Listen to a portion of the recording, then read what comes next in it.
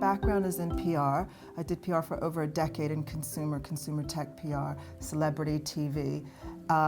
Grace has a profile, so the media stand up and listen when she says something. So what we want to do is to be able to say, we could do a series of pop-up shops, we can do a blog, talking about these new up-and-coming brands. There are more entrepreneurs than ever these days. People are actually we're being encouraged to be entrepreneurial. The British government are actually supporting entrepreneurs. But actually, we need to be able to, women are also still discriminated against, and so we need to be able to, if we can create a platform where we do events and hopefully have forums where we can go and talk. We've got some talks scheduled at Soho House in January. I'm linking up with dealers in America to do some events over there.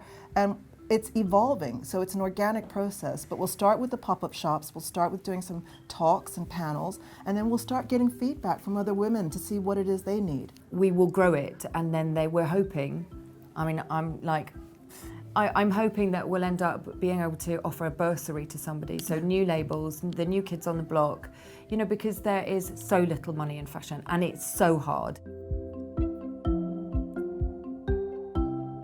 Yeah, without a doubt. I don't think we're not doing this as a joke or as a bandwagon.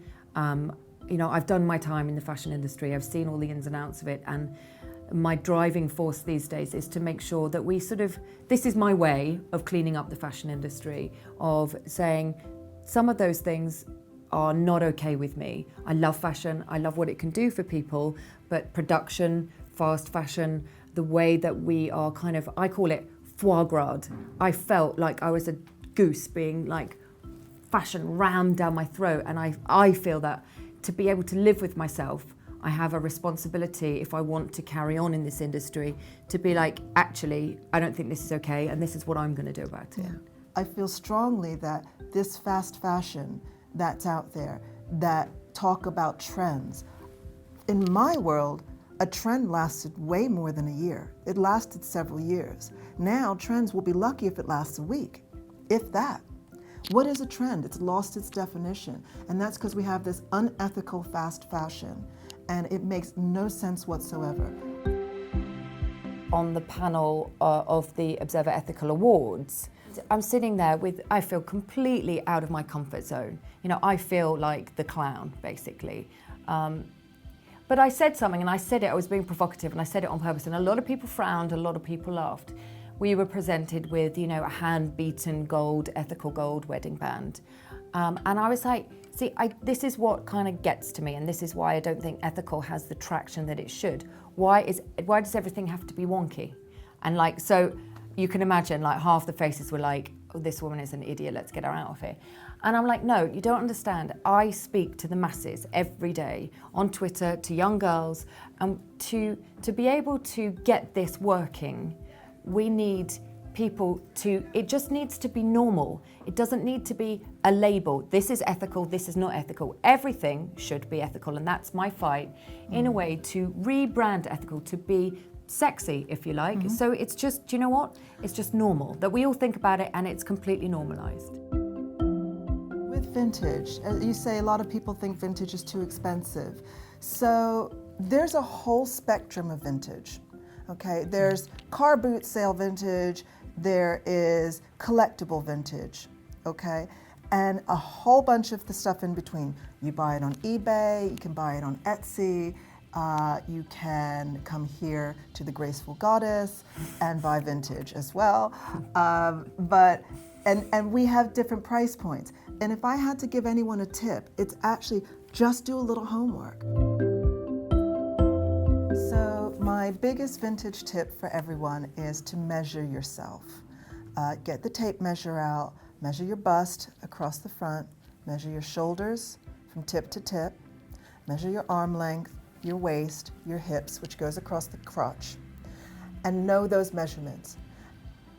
Because when you buy vintage, especially online, 9 times out of 10, a vintage dealer will give you exact measurements of the garment. Sizing goes out of the window.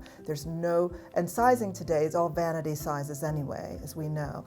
So if you measure yourself, you'll see the measurements of a garment, and that will tell you whether it fits. And always ask questions of the dealer online, because the dealer doesn't want to dupe you. They want to sell you a genuine piece. But often what happens is that people don't read the description or the measurements. They see it, they want to see a size that may have no correspondence whatsoever to the garment. So that's my biggest tip. Tip 1, measure yourself. Tip 2, read the description and the measurements fully before you buy, and ask questions. If something is too big for you, you can always have it fitted. My body, it's only been 60 years since we've been buying dresses that are numbers. Our bodies, we used to have clothes made for our bodies to make our bodies look better. Now we have to have non-bodies to fit in garments that don't have any structure to them, that have like 4 seams and a zip and that's it. Whereas older garments, they actually have work in them. But you can remember, just get somebody, if you think it's too big, pull it in at the back.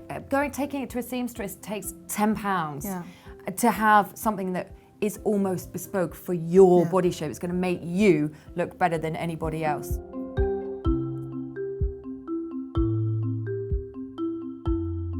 I have to say, I hate the term pre-loved.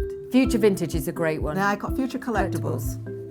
Future collectibles. Let's call it. We're actually going to just rewrite the whole thing.